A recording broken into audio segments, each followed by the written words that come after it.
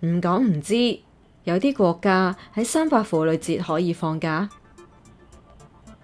雖然我哋身處嘅香港3月8號並唔係法定假期，不過目前呢，有好多國家係將國際婦女節定為國定假日，當中有啲國家喺當日只限女性放假，例如係中華人民共和國、馬其頓、馬達加斯加等等。其餘國家呢，就冇話限定女性放假嘅，嗰日設為國定假期，包括阿富汗、安哥拉、亞美尼亞、阿塞拜爾、白俄羅斯、布吉納法索、柬埔寨、古巴、喬治亞、